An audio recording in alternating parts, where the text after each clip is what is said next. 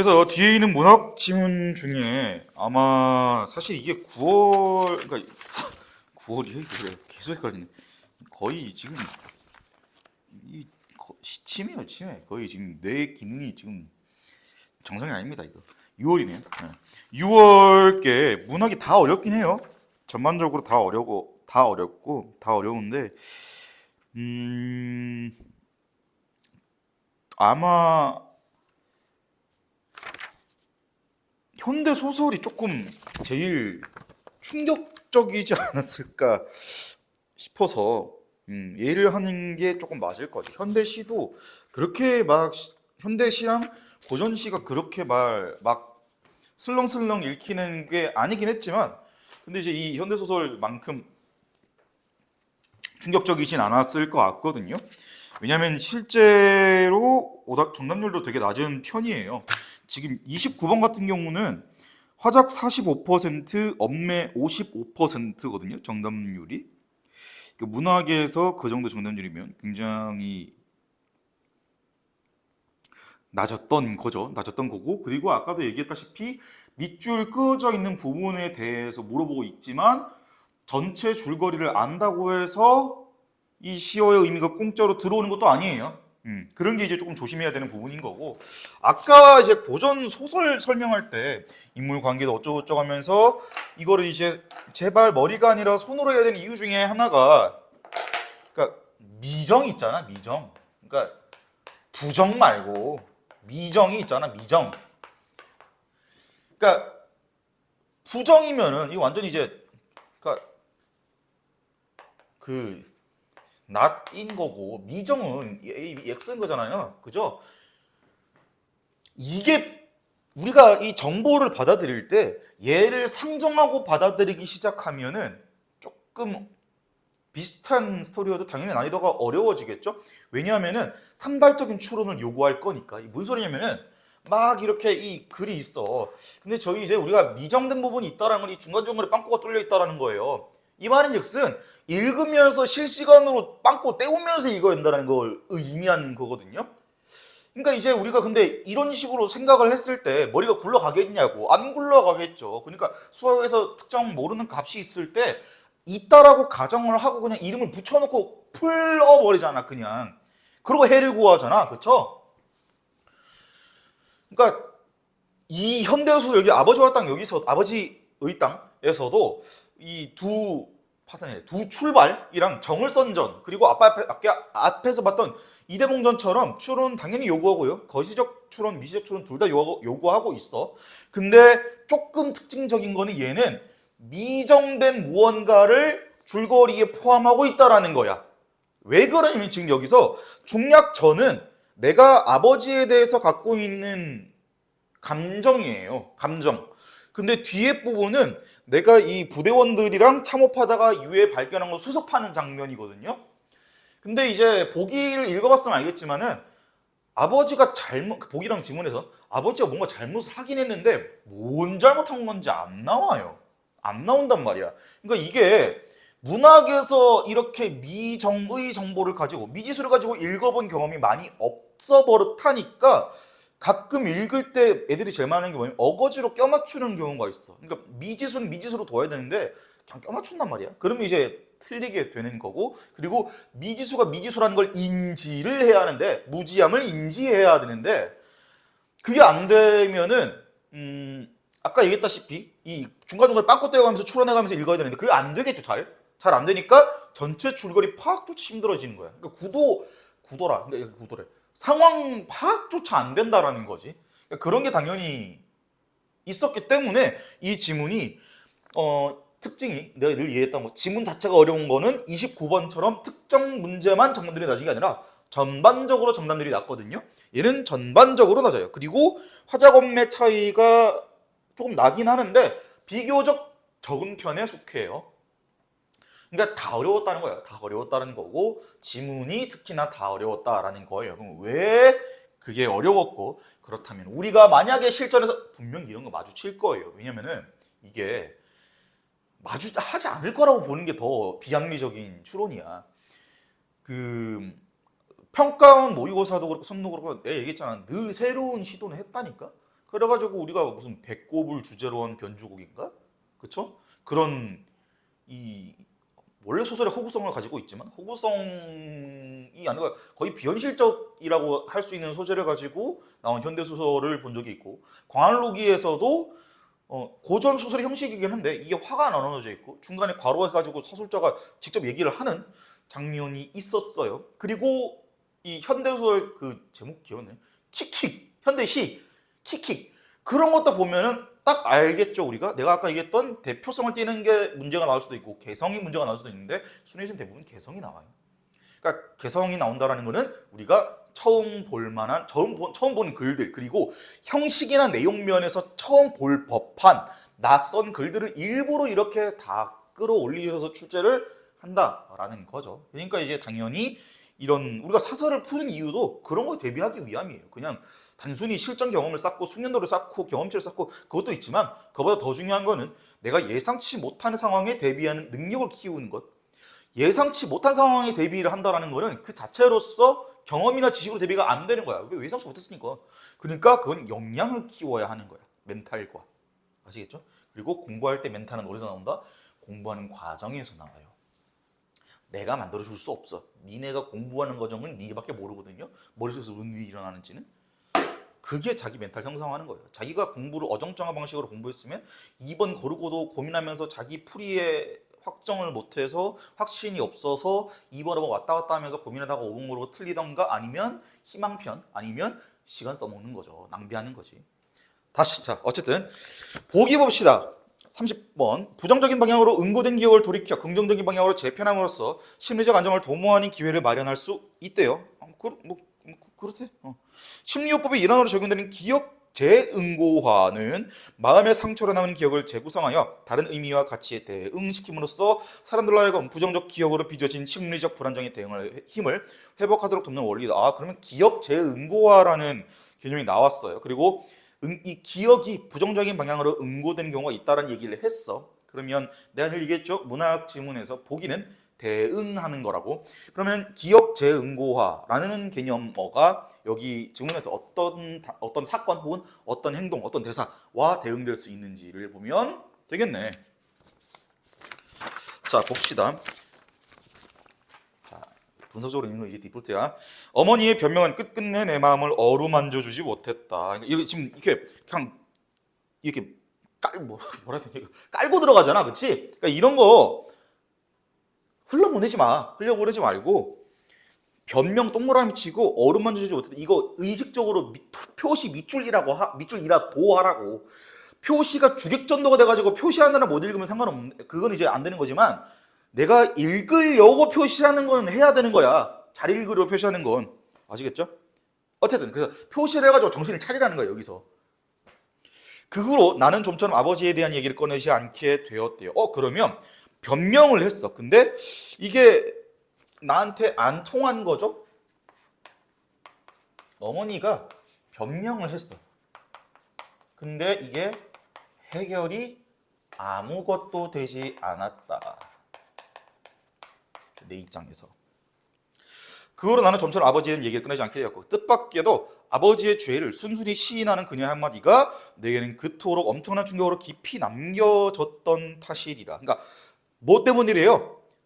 죄를 시인한 한마디가 이제 뜻밖이었기 때문에 얘기를 안 꺼내게 됐대요. 자, 그러면 이 어머니가 뭐 변명 어쩌고 얘기를 했는데 아직 정확히는 모르지만 아버지의 죄 이게 이제 이 지문에서는 X예요. 그러니까 이거 순순히 시인하는 게 충격이었대. 그러니까 이게 지금 나한테 충격이었거든. 그래가지고 뭐 얘기를 안 했대요. 이게 왜 이런지 아직 몰라. 바로 그 순간부터 나는 아버지의 그 죄라는 것을 내 스스로 함께 나누어 지니고 만 느낌이었대요. 아버지의 죄를 자기가 분배받았다. 분배받았다? 뭐라 표현해야 되지? 어쨌든 그렇게 된 느낌이었고 그 나이에 걸맞지 않게 눈빛이 깊고 어두운 아이가 되어가고 있었대요. 그래서 깊고 어두움. 그러니까 뭐가 어린 시절에 안 좋았나 봐요. 뭔지 모르겠지만. 그리고 그때부터 아버지의 무서운 환영은 저주처럼 내 곁을 따라다니기 시작했대.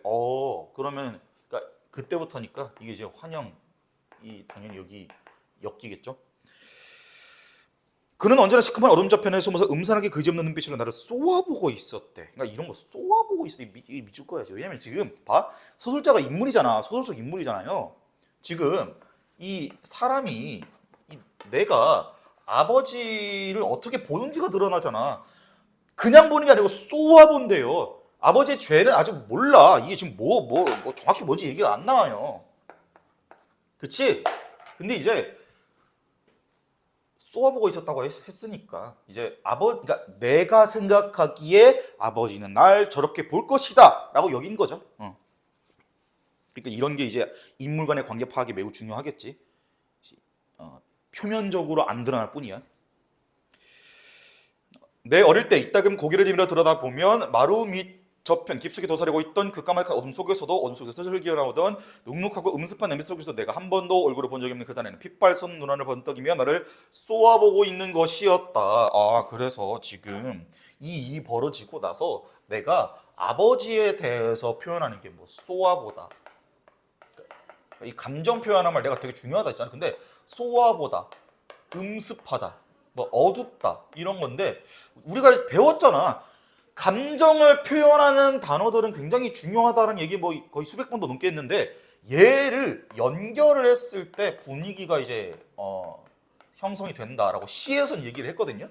이제 소설에서는 이걸 연결했을 때 이 대사들, 이 단어들을 종합을 하면은 내가 아버지에 대해서 어떤 감정을 갖고 있는지를 알 수가 있겠죠. 그리고 그 감정을 갖게 된 이유를 조금 생각해 보면은 조금이나마 이거의 힌트를 얻을 수도 있다. 그건 어디서 묻었는지도 모르는 오랜 시간이 흐른 뒤에까지 지워지지 않는 핏자국처럼 내게는 저주와 공포의 낙인으로 깊이 박혀져 있대요. 그래서 음습, 어둠 쏘아보고 뭐 공포고 그뿐만 아니라 낙인이래. 왜 낙인이라는 단어가 중요하냐면 여기서는 그냥 부정적이다 혹은 슬프다 싫다 뭐 이런 걸 얘기하고 있지만 이거는 속성을 줬어요. 무슨 속성? 내가 뗄래야 떼어낼 수 없는 것이다 라는 거지. 그리고 그 낙인을 가슴에 지닌 채 나는 끝끝내 나를 휘감고 있는 어떤 엄청난 죄악감과 불길한 예감으로부터 영영 벗어날 수가 없었다. 그래가지고 얘를 이제 싹 모아가지고 얘가 이 낙인에 탁 모여 있겠네, 그쵸? 낙인에 이게 탁 종합돼서 낙인에 싹 있겠네. 근데 이 낙인이 나한테는 이게 뭐가 됐어요? 죄악감 그리고 불길한 예감.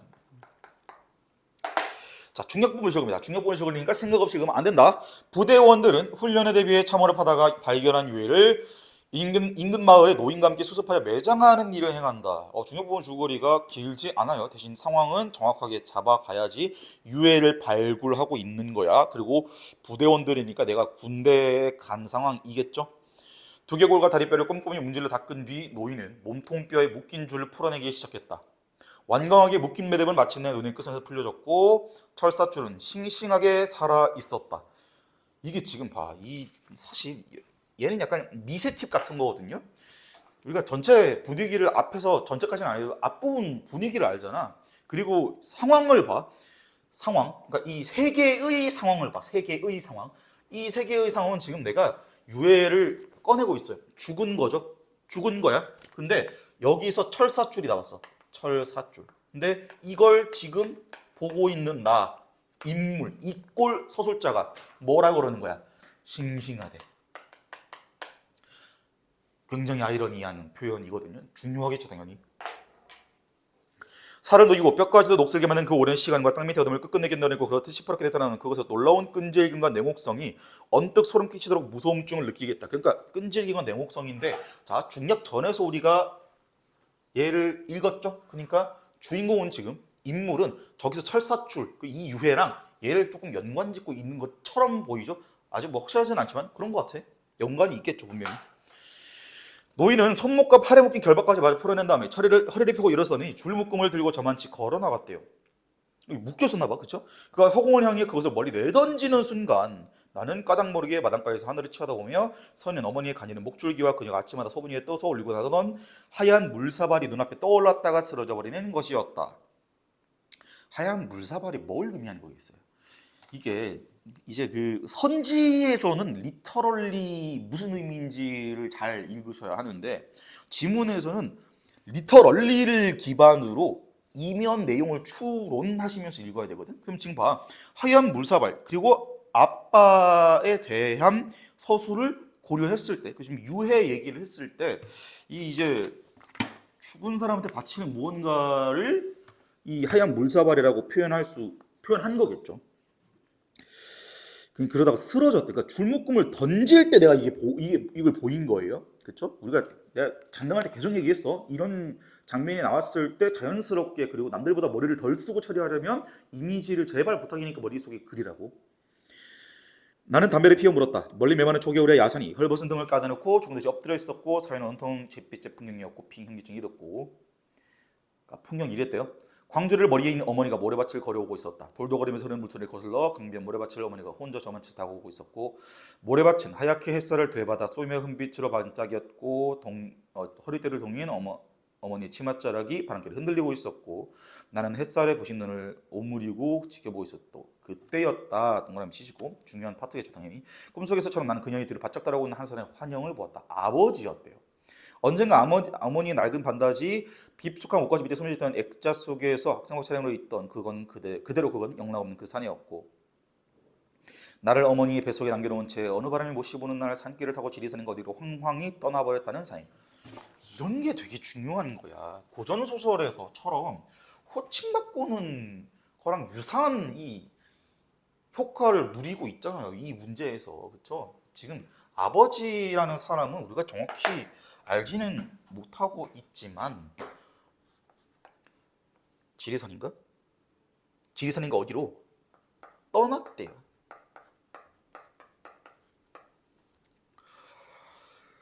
창백해 배는 뺨에 마른 몸집에 그 사내가 그 어머니와 함께 걸어오고 있는 것이었다. 놀란 눈으로 풀밭에 앉아 나는 그들을 지켜보고 있었고 이윽고 어머니의 눈썹 같고 입과 윤과 양목 줄기까지 뚜렷이 들어 만큼 가까워졌을 때 사내 환영은 사라져버렸대요. 몇 번에는 눈을 비보아서네 역시 마찬가지였고 하얗게 반짝이는 모래밭 위로 어머니가 찍어내는 발자국은 유령처럼 끈질기게 그녀의 발꿈치를 뒤따르고 있을 뿐. 그래서 떠났고 이제 지금 내가 이걸 환영을 보고 있어. 자, 환영을 보고 있는데요. 이거 왜 환용이라 쓰지? 환영 이걸 보고 있거든요. 자, 거시적 추론데 얘기했죠. 앞에서 조금 멀리 떨어져 있는 정보 중에서 내가 아버지의 죄를 분배받았다고 생각을 하고 충격받았고 깊고 어둡다라고 생각을 했죠. 여기서도 환영을 봤죠. 자, 그러면은 여기 환영을 고려해봤을 때 여기 나오는 이 환영이랑 내가 여기서 느낀 이 감정 두 개를 딱 합치면은 아버지라는 인물이 훨씬 더 구체화되지 않을까? 그러니까 최소한 내가 생각하는 아버지, 그렇죠? 그러니까 이런 게 이제 내가 방금 설명하면서 이 합쳐서 생각할 수 있지 않을까를 설명하는 게 시간 오래 걸리지 않았잖아. 니네가 머릿속에서 하는 것도 시간 훨씬 덜 걸리겠죠. 근데 이게 많은 차이를 만든다니까. 체감 난이도에서. 국어는 멘탈이 그래서 중요한 거예요. 어쨌든 그래서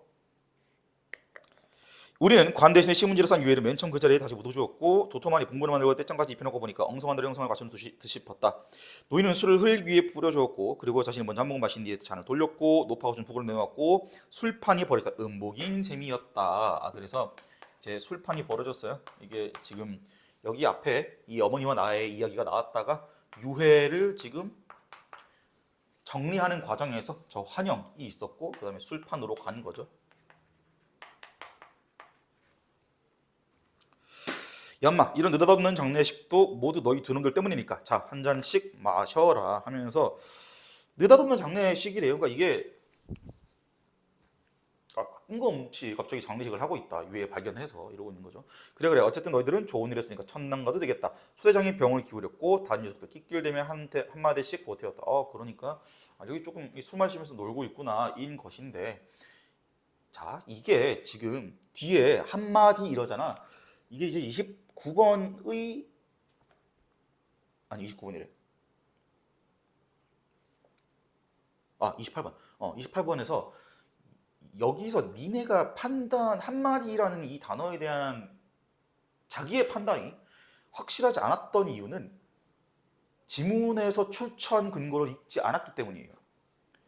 낄낄댄다가 왜냐면 우리가 알고 있어 이미. 그러니까 지금 상황 설명은 뭐예요? 낄낄이야. 그치? 낄낄이야. 근데 낄낄 킥킥 그 킥킥처럼 떠올려봐. 낄낄 웃는다고 다 무조건 해피한가? 다 무조건 그렇다고 쓰레기 같은 상황인가? 근데 꼭 둘 중에 하나여야 되나? 그 중간에 어디일 수도 있지 않나?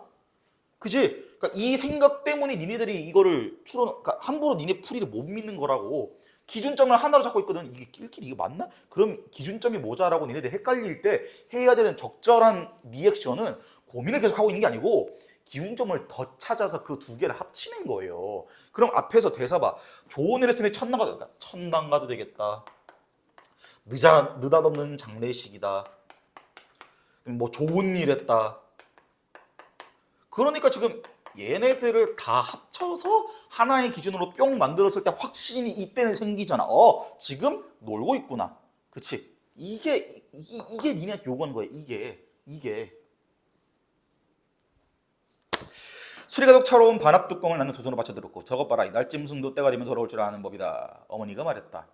저만치 웬 사내가 서 있었다. 가슴과 팔목에 철사줄을 동여맨 채 사내는 이쪽을 응시하며 구부정하게 서 있었다. 요즘 어머니가 지금 얘기를 하는데 날짐승도 때가 되면 돌아올 줄 아는 법이다 하니까 날짐승을 실제로 얘기를 하고 있는 건지 아니면 뭔가 뭐 어떤 얘기를 하는 건지 몰라요. 왜냐하면 이게 여기서 사내는 이쪽 응시하면 여기가 지금 조금 헷갈려요. 뭐가 헷갈리냐면 이게 이야기 속에서 현실인가 인물의 환영인가 헷갈려. 왜? 우리가 알거든. 이 인물은 환영을 보던 인물이라는 걸 알거든요. 그래서 헷갈리는 거야. 그러니까 이런 식으로 내가 지문 읽을 때, 글 읽을 때 한 번 읽고 문제 딱 풀고 나가서 두 번째 오답부터 할 때 문제만 쳐보지 마시고 지문 읽으면서 내가 여기서 어떤 종류의 헷갈림이 있었는데 그게 왜 있었을까? 그리고 그걸 어떻게 없애나를 부탁이니까 제발 공부를 하면서 읽자고요. 아시겠죠? 어쨌든 그래서 저만치 웬 사내가 서 있었다. 가슴과 팔목에 철사줄을 동여맨 채 사내는 이쪽을 응시하며 구부정하게 서 있었다. 자, 지금 사내 이야기가 나왔어요. 사내. 근데 지금 이게 철사줄 얘기가 나왔지? 그치? 그러면 철사줄 얘기가 나왔다는 건 내가 여기서 봤던 이 사내예요. 그 지금 환영 뭐 인지 아닌지는 모르겠지만 저 사내의 정체도 사실 이게 실제인지 뭔지도 모르겠지만 그리고 얘가 누군지도 모르죠 지금. Y죠. 근데 연관성이 없다고 볼 순 없죠. 그리고 사내가 철사를 메고 있다는 거는 이게 지금 내가 보고 있는 환영이 아버지 환영이 아니고 사내의 환영이라고 보는 게 맞겠지. 응시하며 구부정하게 서 있었고 쾌한이 열려있는 그 사내의 눈은 겁에 질려있는 채로였다. 총성이 울렸고 그는 허물어지듯 앞으로 고꾸라지고 있었고 불현듯 시야가 부옇게 흐려왔다.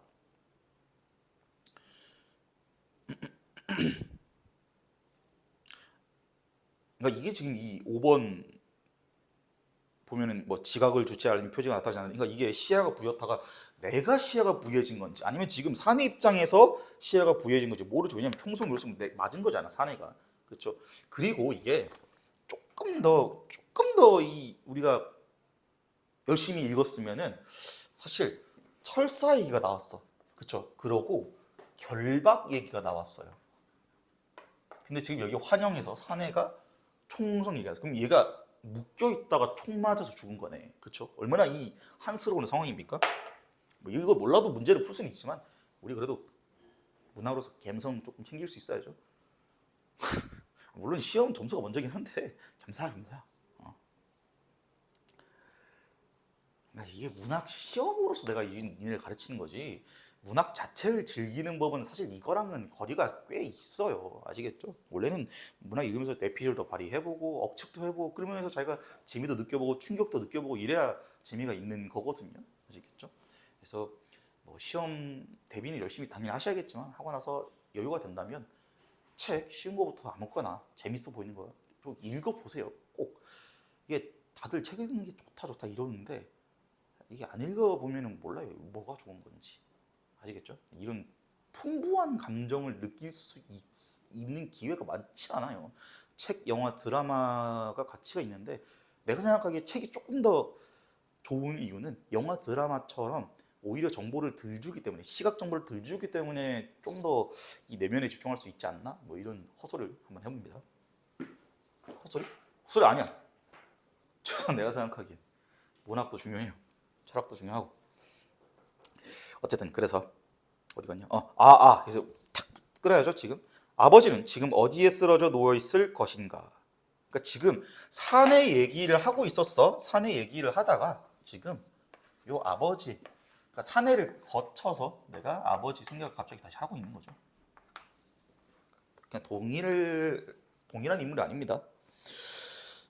해마다 머리밭에 무성한 쑥부쟁이와 엉겅퀴 꽃을 지천으로 피워내며 이제 아버지는 어느 버려진 밭고랑 어느 응달진 산기슭에 무덤도 묘비도 없이 홀로 잠들었을 것인가. 지금 쑥부쟁이 엉겅퀴 꽃이 나잖아, 그렇죠? 이게 실제로 의미하는 게 이 리터럴리 쑥부쟁이 엉겅퀴 꽃이겠냐고. 아니라니까. 그 뒤에 미시적출은 해봐. 한 문장 지나가봐. 어느 밭고랑 어느 응달진 산기슭에 무덤도 묘비도 없이 홀로 잠들어 있을 것인가. 그러니까 지금 쑥보쟁이와 엉겅퀴 꽃을 피워낸다는 게 뭐예요? 시체가 됐다라는 거잖아. 그치? 그러니까 아버지 생각을 하고 있으면서 아버지가 어디 두고 있을 것인가. 무덤도 묘비도 없이. 이러는 거죠. 그러니까 아까 제일 처음에 내가 이 지문이랑 그 전에 고전소설에서 필요한 아이디어들은 다 얘기를 했어. 아시겠죠? 그러니까 적용해봐 제발 부탁이니까. 이제 문제 가봅시다. 27번. 기억부터 미음의 서술 방식에 대한 설명으로 적절하지 않은 것을 고르랍니다. 이거 좀 헷갈릴 수 있을 것 같은데요. 정답은 2번입니다. 서술의 주체를 알 수 있는 표지가 분명하게 제시되어 서술자와 지각의 주체가 뚜렷이 구분된다. 이게 2번이긴 한데 이게 그쵸. 왜냐면 이게 지금 일단 니은 봐. 나는 담배를 피워놓고 물었다. 멀리 멸하는 초겨울의 야산이 헐벗은 등을 까내놓고 죽은 듯이 엎드려 있었다. 3위는 온통 잿빛의 풍경이었다. 빙, 현기증이 일었다.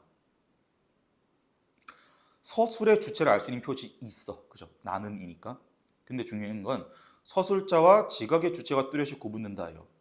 서술자랑 지각의 주체가 같은 사람이야. 그쵸? 내가 지금 나의 이야기를 하고 있으니까. 근데 뚜렷이 구분된다가 틀린 거예요. 이게 지금 뭐라 해야 될까? 명료해진다. 혹은 뭐 확보된다. 그러니까 이게 아니라 구분이에요.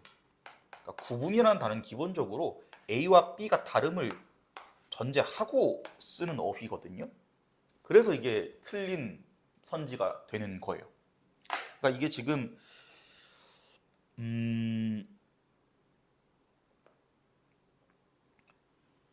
구분이라는 어휘가 커버할 수 있는 범위를 조금 정확히는 모르더라도 여기를 집중해서 읽었을 때 구분? 이 표현이 맞나?는 생각을 했어야 되거든. 그게 뭐예요? 선지 초점화를 함부로 하지 않는 것. 너네 실제로 옛기출에서 선지 풀 때 구분된다 저기 마지막 네 글자 세 글자 이거 니네 거의 안 봤을 거예요. 뭐 합니다 씁니다 이거여서. 그쵸? 그러니까 그런 단어여서 중요하게 안 봤을 거라고. 함부로 초점을 하면 이렇게 된 거야. 그러니까 의식적으로 초점화를 안 한다 뿐만 아니고 어느 부분에서 오답이 나올 줄 모른다. 혹시 이거 오답이니? 이거 오답이니? 툭툭툭 어절 단위로 의미 단위로 다 잘라가지고 애지간하면 다 판단하라고. 아시겠죠? 그러니까 예전에는 복잡한 사고를 시켰으면은 그래도 이런 경향에서는 복잡한 사고 한 번 시키는 게 아니고 단순한 사고를 여러 번 시킨다가 핵심이야. 내신 시험 핵심이기도 하지만 이 시험, 그러니까 니네 시험 트렌드의 핵심이기도 하다고.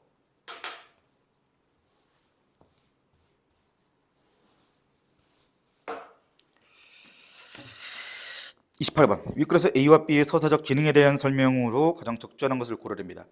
그리고 이게 지금 28번이랑 27번에서 보면 알겠지만은 아까 말했던 선지 독해의 난이도가 조금 올라갔다가 무슨 말인지 아마 공감이 될 것 같아요. 왜냐면은 심화된 주제를 구현하는 제재, 이야기의 주제를 가늠하도록 하는 단서. 뭔 소리냐면은 쌤이 보통 얘기하던 스파이더 센스가 발동돼야 하는 그런 단어들이 조금 많지 않니? 그렇죠? 심화, 주제 구현, 제재, 그 다음에 주제 가늠, 단서. 그러니까 1번에서 지금 니네한테 요구하는 판단의 밀도가 높아짐을 느끼라고. 28번 문제 전체에서. 아시겠죠? 어쨌든 그래서 A가 지금 한마디, 어머니가 말하던 한마디 맞나? 그녀의 시인하는 그 한마디예요. 심화된 주제를 구현하는 제재.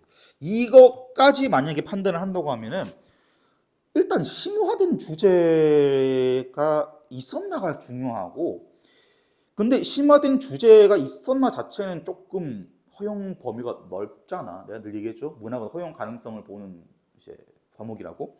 근데 그게 구현하는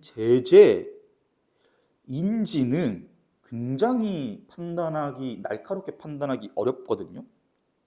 심화된 주제를 구현하는 제재라고 했는데, 주제 구현에 이 어머니의 한마디가 일조했다고 보는 게 맞아요. 내가 생각하기엔. 왜냐면은 어머니의 한마디를 통해서 내가 지금 해결이 안 됐고, 아버지의 죄를 시인하는 거에서 충격을 받았고, 거기서 이제 여기서 내가 분배받은 기분이 이런 이 감정들, 내면들이 서술이 쭉 되잖아. 그래가지고 내 생각에는 28번이 1번의 앞부분까지 맞는 것 같아. 근데 뒷부분 봐. 이야기의 주제를 가늠하도록 하는 단서. 여기 이제 완전히 틀린 거죠. 내가 아까 얘기했다시피 여기서 하는 대화는 농담이에요. 근데 이 이야기의 주제가 전체 지문을 봤을 때, 이 지문만 봤을 때 농담이라고 보면 안 되죠. 농담이라 주제가 농담이라고 보면 안 되죠. 그다음에 2번, A가 이야기를 절정에 치닫도록 하는 추진력이라면 B는 이야기를 결말에 이르게 하는 원동력. 그러니까 추진력, 원동력, 절정, 결말, 이거 다 성립되기 어려운 단어예요. 그러니까 니네한테 요구하는 판단의 개수가 많아졌다라는 거지. 일단 절정에 치닫도록 한다는 논란의 여지가 있을 수 있겠지만은 쉽게 커트 내기는 어려워. 근데 추진력이라고 보기는 힘들죠. 그러니까 에너지 원이 돼야 되는 건데. 그리고 이야기를 결말하게 원동력. B는 더더욱 너무나 명백히 틀렸고. 3번, A가 이야기의 긴장감이 형성되는 요인이라면 B는 이야기의 긴장감이 완화됨을 드러내는 표시이다. 자, 얘기했죠. 긴장감이 형성되는 거야. 여기서 어머니가 이 얘기를 해서 쭉쭉쭉 가다가 내가 지금 어떤 감정을 느꼈어요? 어디냐? 깊고 어두움, 그리고 불안한 예감. 불안한 예감 내가 안 썼나? 예감이 안 썼네? 불길함을 내가 썼을 텐데. 귀신 그걸 모르시네. 어쨌든 불길함. 거기로 이제 이어지거든요. 그러니까 이야기, 그리고 서술자가 나잖아, 애초에. 그러니까 나의 긴장감 이꼴 이야기의 긴장감이겠지. 그 다음에 B는 이야기의 긴장감이 완화됨을 드러내는 표시다. 충분히 그렇게 볼 수 있죠. 왜? 아까 얘기했다시피 농담이고, 이렇게 여러 기준을 통합해서 추론을 해서 머리를 써서 국자라의 실력을 발휘해서 1년 동안 경로기간에 배운 걸 발휘해서 읽었을 때 얘가 지금 농담이고, 그리고 분위기가 좋은 거고, 술 마시면서 조금 즐거워하는 거구나를 알 수 있었거든요, 우리는. 그 다음에 4번, 이야기의 위험이 해소된. 바로 틀렸죠. 바로 적게 써야 돼. 해소된 정착점이라면 이야기의 위급, 여기도 위급, 그냥 바로 적게. 4번, 5번은 그나마 쉽게 지킬 수 있는 선지예요. 5번, A가 이야기를 일으키는 시발점이라면 이거는 적절할 수 있죠. 근데 B는 이야기의 전모가 드러나게 되는 귀결점이다라고 해서 전모가 드러나지 않았죠, 여기서. 그리고 5번에서 이게 만약에 중략을 기준으로 툭툭 잘라서 별개의 이야기로 보면은 5번 선지가 조금 더 매력적일 수는 있거든요. 왜냐하면은 이게 지금 농담이긴 한데 좋은 일, 그다음에 장례식 얘기하면서 이게 유해를 해가지고 뭐 장례를 치러줬구나로 보면은 뭔가 그러니까 귀결점이라고 볼 수는 있어. 근데 전모가 드러나진 않았죠. 일단 전모가 드러났다고 보기도 힘들고. 그리고 5번 봐, 시발점이라면 귀결점이다. 그러니까 대응시켰잖아 지금. 그러니까 A의 시발점이 여기 앞에서 어머니 한마디가 일으킨 그 이야기가 여기 B, 그 이야기가 여기서 귀결돼야 되는 거야. 그러니까 별도의 이야기잖아 지금. 근데 그쵸? 그것도 매우 중요한 단서라는 거죠. 그러니까 왜냐면 그렇게 했을 때 5번 선지가 매력적이 되잖아. 그러면 얘들이 쉽게 제꼈든 어렵게 제꼈든 간에 얻어먹을 게 있다는 거예요. 다음 29번 45% 정답률 45% 문제입니다. 참고로 이게 이 EBS 이 지문에서 EBS 해설이 저는 굉장히 끔찍했어요. 왜냐면은 중략 부분이 아닌 부분, 그러니까 중략이래. 그러니까 중략 부분이나 출제된 부분이 아닌 부분의 이야기를 근거로 설명을 하는 대목이 몇 대목이 있거든요. 이게 지금 15년도 3월에 출제된 적이 있긴 있어요. 근데 그때 기반으로는 이게 한국전쟁 때, 그러니까 아버지 한국전쟁 때 실종되었다라는 것이고, 그리고 이 이데올로기 갈등이, 그러니까 6.25가 사실상 이데올로기 갈등이니까 그거에 대한 이야기라는 거를 전제를 하고 설명을 하거든요. EBS에서. 저는 그거 아닌 것 같아요. 그렇게 하면 안 된다고 생각해요. 이게 지금 여기서 안 줬잖아, 정보를 지금. 그러니까 물론 EBS 연계되는 지문이니까 무슨 상관이야, 뭐 이렇게 생각할 수도 있겠죠.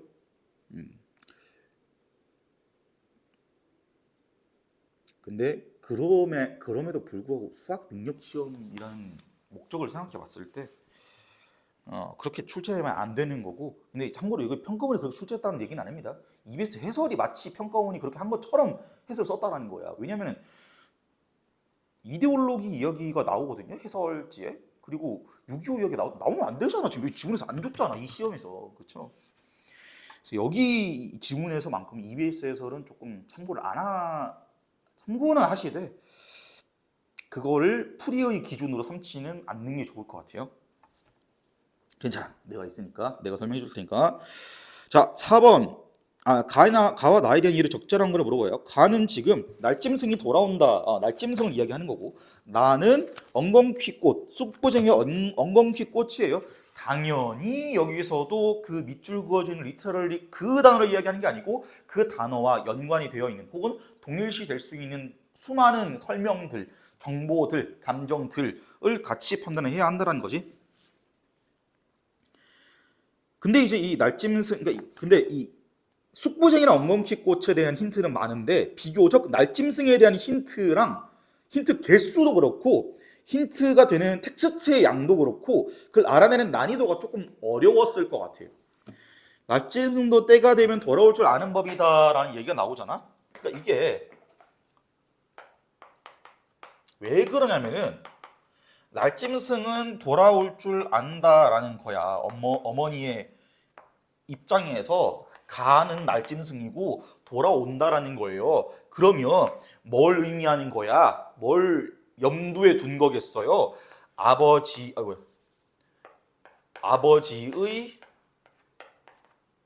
뭐라 그러냐? 컴백? 그 뭐죠? 아버지의 귀환? 아버지의 귀환. 아버지의 귀환을 의미하는 거겠지. 그렇지? 근데 이제 중요한 건 봐. 날짐승이고 돌아온다. 이게 아버지 귀환. 여기 지금 뭔가 그 비약이 있잖아. 그치? 왜냐면 여기에 지금 뭐가 들어와야 되냐면은 이 사이에 플러스 여기 이게 있었어야 돼. 떠남. 그래야 이게 지금 아버지의 귀환을 얘기하는 거구나라고 이해할 수 있어. 왜냐하면은 이거 못 잡았으면 너네 아마 그 생각했을 거예요. 갑자기 날짐승이 밑줄 왜 꺼놓은 거지? 날짐승이 갑자기 처음 나오는 날짐승이 중요한가 여기서? 이 생각을 했을 거거든. 그 생각을 했다면 이거 두 개 못 잡아내서 그런 거야. 이것까진 잡아냈을 것 같아, 생각이. 이것까지 잡아냈을 것 같은데 아버지가 떠난 존재였음을, 그러니까 왜냐면 여기서 죄 얘기는 나왔으니까, 근데 떠난 존재였음을 생각을 해야 이게 지금 날짐승의 돌아옴을 얘기했으니까 아버지 염두에 둔 거구나를 이해할 수 있을 것 같거든요. 안 됐으면은 요거 못 잡아낸 거야. 요거 못 잡아냈다는 거는 전체 스토리에서 텍스트 양에 비해서 매우 중요한 정보들이 있다라는 걸 까먹었겠죠. 그래서 그렇다고 볼 수 있는 거고, 그리고 또 다르게 설명하자면 아버지라는 인물에 대해서 정보 처리가 제대로 안 됐다고 볼 수도 있겠죠. 왜? 아까 얘기했지, 믿냐? 이 아버지는 어쨌든 간에 X라고 둬야 해. 미지수고 뭔지 모르고 아버지에 대해서 정보가 안 알려졌고 실제로 등장하지도 않지만 이야기에서 매우 중요한 사람이거든요. 그러니까 아버지와 연관된 주위 정보들은 너무너무 중요하다라는 거지. 그래서 만약에 X를 기점으로 해서 이 의미들이 소설에 나오는 단어들이 가지는 의미들을 이렇게 원으로 이렇게 모아놓는다고 치면은 이 주위 정보들이 매우 중요하겠지. 하지만 여기는 뚫려 있는 거야. 도나스 마냥. 그치? 그러니까 이런 식으로 얘네들이 출주하기도 하네. 그리고 고전소설에서 이런 거 조금 익숙했어야 돼. 현대소설에도 익숙하지 않았더라도 얘네 이런 짓 하는구나. 신선하네. 이러고 이제 지나가라고. 아시겠죠? 당황하지 말고 뭐 어쩌자는 거야. 이지랄 하지 말고 뭐 이런 것도 하는 거 오케이 괜찮아. 내 풀어줄게. 이러고 이제 가라고. 여유롭게 가라고 제발. 네, 이게 그러니까 공부를 열심히 했으면 니네 수능 날이 기다려줘야 된다니까. 물론 이게 끔찍한 소리는 한데 수능 날이 기다려줘야 돼. 니네가 공부 열심히 했으면. 아시겠죠?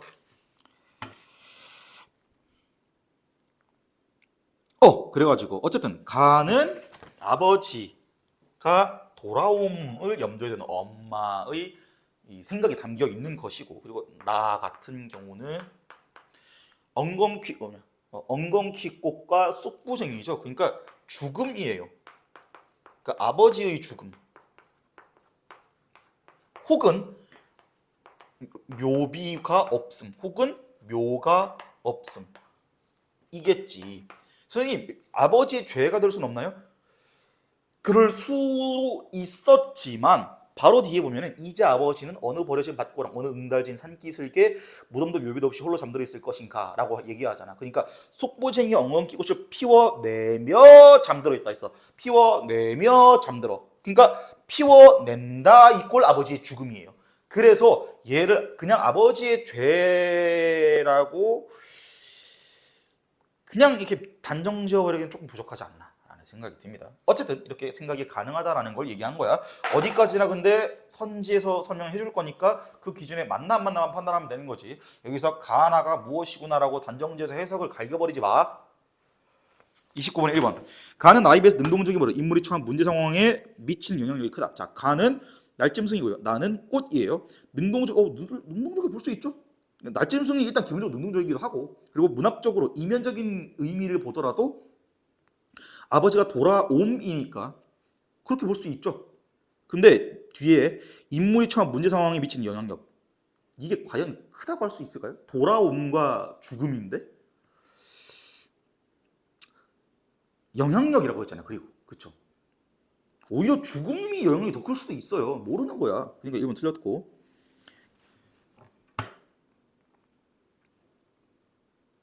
그리고 사실 이게 조금 엄밀하게 말하면 날짐승을 리터럴리 말고 문학적인 의미를 생각해서 해서 능동적이라고 가정하더라도 그 능동적임과 문제 상황에 미치는 영향력 둘 사이 연관관계가 있나? 나는 그렇게 보기 힘들다고 봐요. 그러니까 능동적이어서 영향력을 많이 끼치나? 과연? 날짐승이? 혹은 아버지의 귀환이라는 행위가? 쉽게 허용하기 힘들죠. 2번. 가는 나와 달리 시간과 공간에 관여되면서 이야기의 배경에 실감을 더하기는, 일단 시간과 공간에 관여됐다가 조금 의심스럽게 봐야 돼. 왜냐면 단서가 딱히 없었어요. 날짐승 얘기가 나오긴 했는데, 근데 엄마가 지금 저 날짐승을 보고 이야기했다고 생각을 하더라도 배경에 실감을 더하겠다라는 거랑은 연관이 없는 거죠. 3번. 나는 가와 달리 희망적인 성격이 강함으로, 아니죠. 그러니까 죽음인데 당연히 희망적으로 볼 수 없죠. 그리고 인물이 원하는 바를 집약한 결과이다라고 보기도 힘들죠. 이건데 선지 아마 만들 때 나랑 가 자리 바꾼 것 같아. 그죠? 자리 바꿨으면 적절한 선지 될 수 있어. 4번.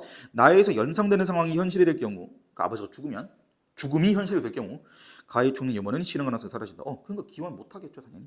5번. 가와 나 모두 관념, 이 선지가 조금 관념적 의미가 부여됨으로써 인물이 이념에 편향되어 있음이 알려진다.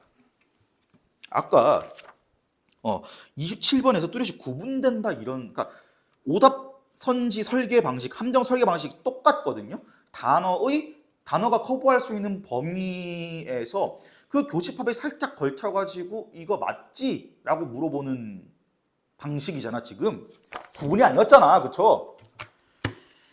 여기도 지금 관념적 의미가 부여됨으로써 인물이 이념에 편향되어 있으면 알려진다고 되어 있는데, 이념에 편향되어 있다라는 서술 자체가 일단은 조금 쉽게 만약에 생각했으면 쉽게 지웠을 수도 있을 것 같긴 해. 왜냐면 이념에 편향되어 있다라고 얘기를 해서 이게 그냥 특정 이데올로기에 쏠려 있다는 얘기인가? 라고 근데 그렇게 보기 쉽진 않을 것 같거든요. 그렇게 볼 수도 있어. 근데 애초에 이념에 편향되어 있으면 알려진다. 그러니까 이념애잖아. 특정 이념이 아니고 이념애잖아요. 그러면은 이념이란 단어 자체가 가지는 의미는 그러니까 아이디얼 얘기하는 거예요. 아이디올로지잖아. 그러니까 그 이데올로기에 편향돼. 그러면 어느 이데올로기 얘기하는 게 아니고 이데올로기에 편향되어 있다라는 거야. 그럼 그 인물이 그리는 이상향에 편향되어 있다라는 건데 만약에 그렇게 따지면 너무 적절하게 쉬운 설명이 되는 거거든요. 근데 이제 다행히 앞에 있는 설명이 조금 오답 판별하기가 조금 쉽고 앞에 있는 서술과 뒤에 있는 서술이 연관성이 적기 때문에 그나마 조금 걸러낼 수 있어야 해. 가와나 모두 관념적 의미가 부여되든 날짐승의 관념적 의미 당연히 부여됐다고 볼 수 있고 그리고 엉겅퀴꽃이랑 쑥부징에도 관념적 의미가 부여됐다고 볼 수 있죠. 근데 이게 부여됨으로써라고 하거든요.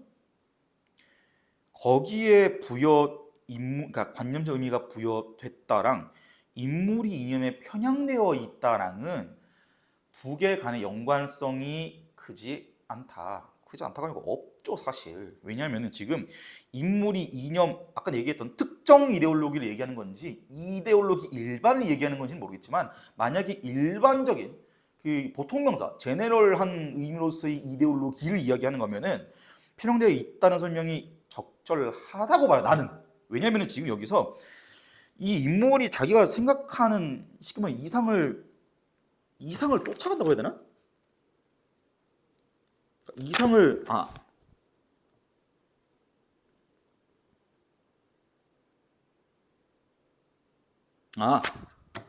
이상이라고 보더라도 이게 편향되어 있다고 보기 힘든 게 내면 심리 서술이 많이 나오긴 하거든요. 근데 특정한 이념에 대한 서술이 나왔다기보다는 말 그대로 개인의 내면 심리에 대한 서술이 거의 대부분이었어요. 그래서 이념에 대한 편향이 있다라는 말도 힘들 것 같고 만약에 이념에 대한 편향의 설명이 있다고 하더라도 관념적 의미랑 이념이 연관이 있는지는 모르겠어요. 왜냐하면 아버지에 대한 그리움인 것이지 어떤 아버지가 가져야 되는 무언가에 대한 뭐 이상향이 뭐라고 생각한다거나 그거를 가지고 주인공이 왈가왈부한 건 왈가왈부래 내면 심리니까 속으로 생각한 건 아니거든요. 그래서 5번 선지가 조금 제끼기는 어려운 선지였다. 그래서 아마 이 29번 문제를 등급률을 깎아먹은 는데 지대한 공헌을 하지 않았을까. 1차로 지문의 난이도가 공헌을 하고 2차로 5번 선지의 약간 서술의 모호성? 서술의 모호성이라고 해야 될까? 어, 엄밀성이라고 해야 될까요? 그게 조금 떨어지는 거죠. 이념 얘기 안 나왔잖아, 애초에. 그리고 이념이 안 나왔으면 그럼 사전적 의미로 생각을 해야 될 건데 아마 서술이 안 됐죠. 서술이 안 됐고 그리고 관념적 의미가 부여됨은 기본적으로 적절한 선지이기 때문에 아마 애들이 보기에 수상하지만 적절해 보이는 선지였을 것 같아요. 아마. 그래서 이걸 어떻게 풀었는지 나중에 저한테 얘기도 해주세요. 30번입니다. 보기를 참고해서 윗글을 감상하는 내용은 적절하지 않은 것을 고르랍니다. 이제 얘는 굉장히 쉬워. 그러니까 지문을 이해했다면 굉장히 쉬워요. 왜냐하면 3번 봐. 줄묶음을 내던지는 노인의 행위와 물사발을 올리는 어머니의 행위가 이어지며 제시되는 부분을 보면 나의 기억을 재응고하기 위한 이들의 노력을 확인할 수 있겠군이래요. 그러니까 재응고하는 뭐예요? 보기에 의하면 부정적인 방향으로 있었던 기억들을 재구성해서 다른 의미와 가치에 대응시키는 거거든. 줄 던지는 노인에서 어머니를 떠올렸기 때문에 넓게 뭐 재운거 그래 뭐 넘어갈 수도 있겠지만 일단은 물사발 물사발이 재응고를 하기 위한 노력이라고 보기도 힘들죠. 그리고 노인도 안 되겠다. 노력이라고 돼 있으니까. 그러니까 재응고와 연관이 있다고는 볼 수 있겠지만 재응고하기 위한 노력을 했다고는 보기 어렵죠. 그래서 30번은 문제 자체가 어렵다기보다는 지문을 이해했으면 풀 수 있었을 것 같아요. 조금 그래도 쉽게. 대신 이제 참고할 거는 선지가 길다라는 거. 그리고 쌤이 아까 얘기했던 것처럼 판단을 해야 되는 단위, 스파이드 센스가 발동되는 단어들이 많다라는 것. 판단의 밀도가 높다라는 것이죠.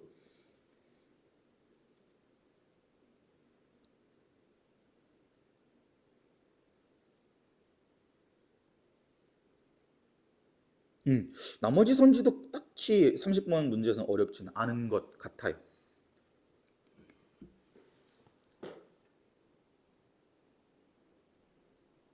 네, 그래서 일단은 지금 여기 아버지의 땅 이렇게 끝났는데 아까 우리 앞에서 이대봉전 했지 않습니까?